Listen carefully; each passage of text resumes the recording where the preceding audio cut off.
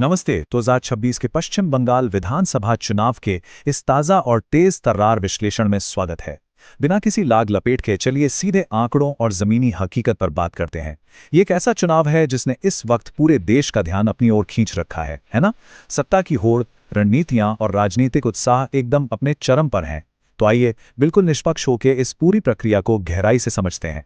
चलिए सीधे इसमें उतरते हैं। 18%। जी हाँ, 29 अप्रैल की सुबह 9 बजे तक ही दूसरे चरण में 18% से ज्यादा वोटिंग हो चुकी थी। अब इतनी सुबह सुबह इतनी तेज वोटिंग कोई आम बात तो है नहीं। इसका सीधा सा मतलब है कि मतदाता घरों से निकल रहे हैं और इस पूरी लोकतांत्रिक प्रक्रिया का हिस्सा बनने के लिए बेहद उत्सुक हैं। आमतौर पर सुबह सुबह पोलिंग बूथ्स पर मतदान थोड़ा धीमा होता है, लेकिन यहाँ तो शुरू से ही लंबी कतारें लगी हैं। ये सिर्फ एक आंकड़ा नहीं है, बल्कि एक बहुत बड़ा संकेत है कि लोग अपनी आवाज कितनी मजबूती से उठाना चाहते हैं। चुनाव की वर्तमान स्थिति, आइए देखते हैं कि अभी इस वक्त जमीन पर असल में क्या चल रहा है। 142 ये आंकड़ा हमें बताता है कि ये दूसरा चरण कितने बड़े पैमाने पर हो रहा है। पूरे राज्य में 142 अलग अलग सीटों पर एक साथ वोटिंग चल रही है। जरा इस प्रशासनिक चुनौती की कल्पना कीजिए। एक ही समय पर हजारों पोलिंग बूथ्स को मैनेज करना और इसे सुचारू रूप से चलाना, ये लॉजिस्टिक के हिसाब से एक बहुत बड़ा काम है। इतनी सारी सीटों पर एक साथ वोट पड़ने का मतलब है कि राज्य का एक बहुत बड़ा हिस्सा आज ही अपना राजनीतिक भविष्य तय कर रहा है। द हैवीवेट्स टीएमसी और बीजेपी का मुकाबला। चलिए देखते हैं इन प्रमुख खिलाड़ियों के बीच क्या घमासान चल रहा है। अब यहाँ जो सबसे दिलचस्प बात है वो ये है कि ये लड़ाई बिल्कुल आमने सामने की है। एक तरफ है ममता बनर्जी के नेतृत्व वाली टीएमसी यानी तृणमूल कांग्रेस, और उनके ठीक सामने है शुभेंदु अधिकारी के नेतृत्व में बीजेपी। ये अब सिर्फ दो पार्टियों का चुनाव नहीं रह गया है, ये इन दो कद्दावर नेताओं के बीच वर्चस्व की एक बहुत ही कांटे की टक्कर बन चुका है। दोनों ही खेमे अपनी पूरी ताकत झोंक रहे हैं और कोई भी पीछे हटने को तैयार नहीं है। और यही आक्रामक टक्कर इस चुनाव को देश के सबसे अहम चुनावों में से एक बनाती है। हालांकि ज्यादातर चर्चा टीएमसी और बीजेपी के इर्द गिर्द ही हो रही है, लेकिन हमें ये बिल्कुल नहीं भूलना चाहिए कि कांग्रेस और लेफ्ट फ्रंट भी मैदान में डटे हुए हैं। उनकी मौजूदगी बहुत मायने रखती है। ये इस पूरी लड़ाई को सिर्फ एक सीधा द्विपक्षीय मुकाबला नहीं रहने देती, बल्कि इसे और भी उलझा हुआ बना देती है। कई सीटों पर ये पार्टियां वोट शेयर को इस तरह से प्रभावित कर सकती हैं कि हार जीत के सारे समीकरण ही बदल जाएं। मतदान के महत्वपूर्ण चरण। चलिए इस पूरी लोकतांत्रिक प्रक्रिया के टाइमलाइन पर एक नजर डालते हैं। तो ये सफर शुरू हुआ 23 अप्रैल को पहले चरण के साथ, फिर हम पहुंचे 29 अप्रैल को, जो कि हमारा मौजूदा दूसरा चरण है, और अंत में वो दिन जिसका सबको बेसब्री से इंतजार है, 4 मई, नतीजे का दिन। पहले वोट से लेकर आखिरी गिनती तक का ये जो समय है, ये राजनीतिक दलों और रणनीतिकारों दोनों की धड़कनें बढ़ा देने वाला होता है।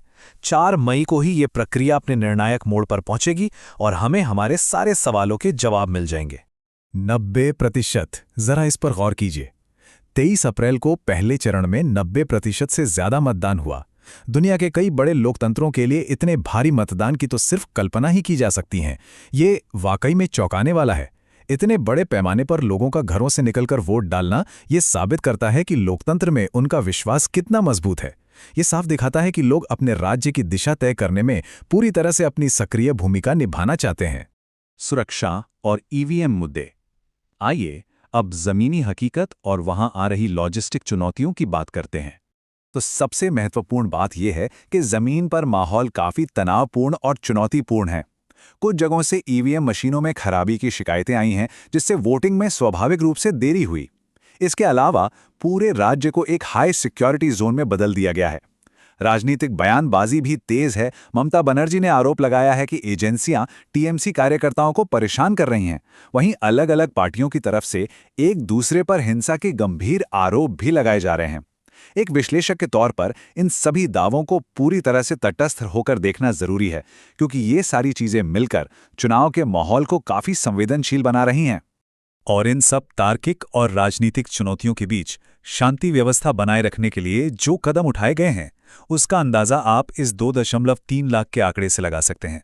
जी हां, राज्य में सुरक्षित चुनाव सुनिश्चित करने के लिए 2,30,000 से भी ज्यादा सुरक्षा बलों को तैनात किया गया है। इसे समझने के लिए सोचिए कि एक छोटी सी सेना ही चुनाव कराने के लिए उतार दी गई है। ये डिप्लॉयमेंट दिखाता है कि प्रशासन बिना किसी डर के एकदम सुरक्षित माहौल में वोटिंग कराने के लिए कितना प्रतिबद्ध है। बंगाल का भविष्य किसके हाथ? चलिए अब बात करते हैं कि इस पूरे चुनाव में असल में दांव पर क्या लगा है और ये इतना ऐतिहासिक क्यों है। और ये बहुत ही शानदार तरीके से दर्शाता है कि अगले 5 सालों के लिए लड़ाई असल में है क्या। हम दोनों पक्षों के ऐतिहासिक लक्ष्यों को बिल्कुल साफ देख सकते हैं। एक तरफ टीएमसी है जो लगातार चौथी बार सत्ता में वापसी की कोशिश कर रही है। अगर वो ऐसा कर पाते हैं तो ये राज्य की राजनीति में उनके लिए एक बहुत बड़ा और अभूतपूर्व कीर्तिमान होगा। और दूसरी तरफ है बीजेपी, जो बंगाल में पहली बार अपनी सरकार बनाने के लिए पूरा जोर लगा रही है। अगर वो जीतते हैं तो ये एक बिल्कुल नया अध्याय होगा। मतलब ये सिर्फ एक चुनाव नहीं है, ये करो या मरो वाली स्थिति है जो आने वाले समय की राजनीतिक दिशा तय करेगी। इस पूरे विश्लेषण और इन सारे आंकड़ों को समझने के बाद आखिर में हम उसी सबसे बड़े सवाल पर आ जाते हैं जो हर किसी के मन में गूंज रहा है। 4 मई को कौन जीतेगा? क्या बंगाल एक बार फिर अपने पुराने नेतृत्व पर ही भरोसा जताएगा या फिर एक बिल्कुल नई राह चुनेगा? जब ईवीएम खुलेंगी तो सिर्फ एक सरकार ही नहीं चुनी जाएगी, बल्कि भारतीय राजनीति का एक नया पन्ना लिखा जाएगा। नतीजे जो भी हों, ये तो पक्का है कि इतिहास रचा जाना बिल्कुल तय है।